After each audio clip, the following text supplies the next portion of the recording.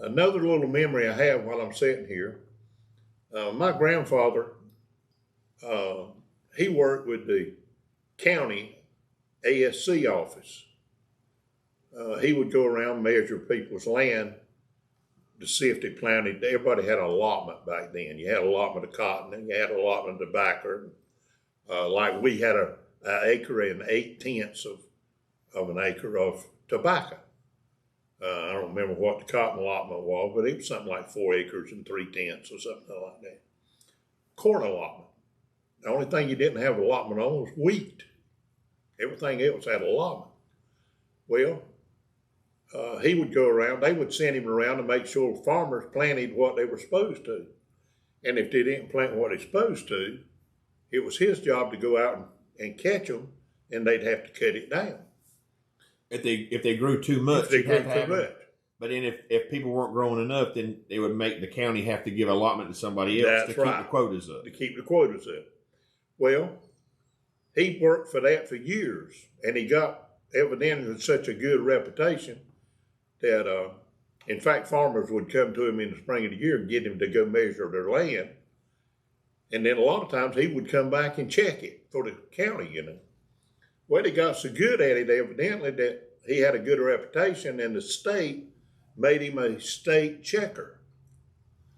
And so they would call him every night. Well, they didn't call him because we didn't have a phone, but when he'd go in the ASC office, they would have certain farms he'd have to go check. If there was confusion between a ASC checker and the person that was growing it, if there was a dispute, they'd send in a state checker.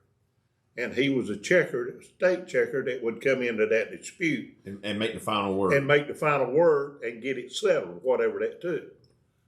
Well, one morning, and we was going all over, I would pull the chain, they called it, that they measured. That's how I measured the land with Grandpa. And I would pull the stick, what they called, to measure the land.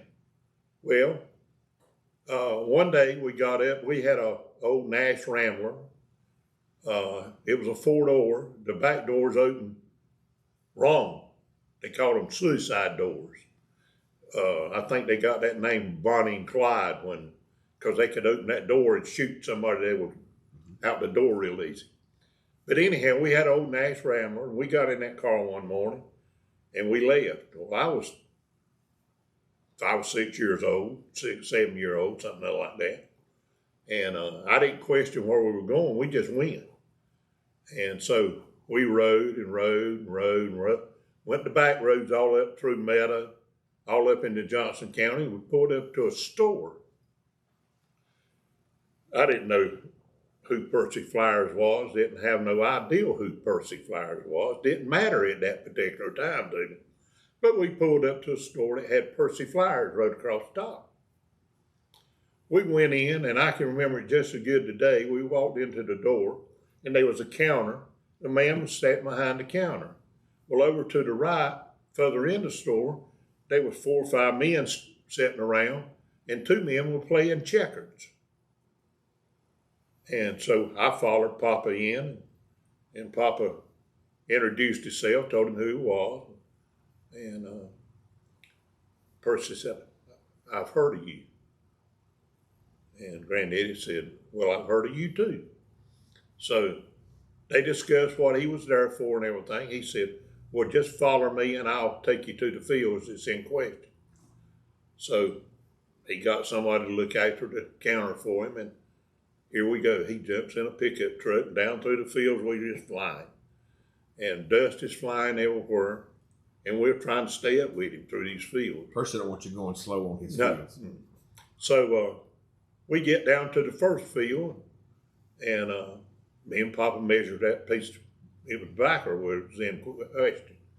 So we measured that piece of tobacco off, and Papa took a tobacco stick, broke it in half, and he sticks it on one side of the field. And we measure it out. He sticks it on the other side of the field, and he tells Mr. Flowers, he said, "Percy, you've got to cut this amount of tobacco down." He said, "I'll take care of it." So we go to the next field. We measure it off. He again drives half a stick's down, and he said, you got to cut this amount of backer down. So we go to the next field. It's 3 fields in question. And he drives the stop down, and he said, I'll take care of it. So we go back to the store. Well, normally if we go up to a farm and he says, we got to cut this amount of tobacco down, it has to be cut down before he leaves. I know that. I'm just a little boy. But I know that tobacco is supposed to hit the ground.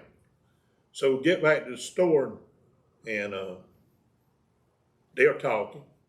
And Papa says, now, Mr. Flowers, I need to get this tobacco cut down. He said, I'll have it cut down before dark tonight. And he said, you give me your word that you'll cut it down before dark tonight? He said, I'll give you my word. He said, okay. So we go out and get in the car. Well, I know this is not right. I know this is not right. This is not the way it's supposed to be. I've been with him too many farms. Mm-hmm. So we get in the car and we start coming back through the country, coming home. Well, we hadn't gone far, and I said, Papa. He said, yeah.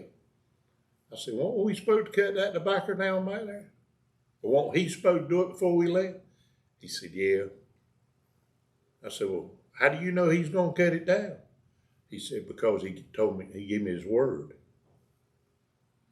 I said, what makes his word so good above everybody else's? He said, because his word is his bond. If he gives you his word, that's his bond. It's going to happen. If there's any way possible, it's going to happen. So, months later, we were always stopping at stores somewhere during the day, getting Vienna sausage, potty meat, something, piece of cheese, and saltine crackers for lunch. That's basically what we ate at lunch. So, months later, I won't say it's too many months, but during the backer season, we're headed to another farm up on the other side of Percy's. So we get up there to Percy's, and of course it was all back roads back then, no interstates and main highway. And we pull up to Percy's store and we walk in. And when we walk in, Papa says, Percy, he said, Mr. Lambert, he said, did you come back to check on that tobacco? He said, no. He said, we're just going up the road to do another check, and we stopped here to eat lunch. And he said, but you don't want to go see? He said, no. He said, you cut it down, didn't you? He said, yeah. He said, I told you what I'd do, and I did it. He said, well, that's all I need. I don't need nothing else. And so we get back in the car. Of course, I'm a little over inquisitive youngin', you know. And we pull off, and I said, I can't believe you didn't go down there and look at them fields to make sure. He said, I didn't have to, son. He said, you know how I am. If I give a man my handshake and I give him my word, it's going to happen. He said, Percy Flowers has that same reputation. He was a bootlegger. Look, he was one of the few men that had the guts to make bootlegger liquor and put his private label on it and ship it to New York and sell it.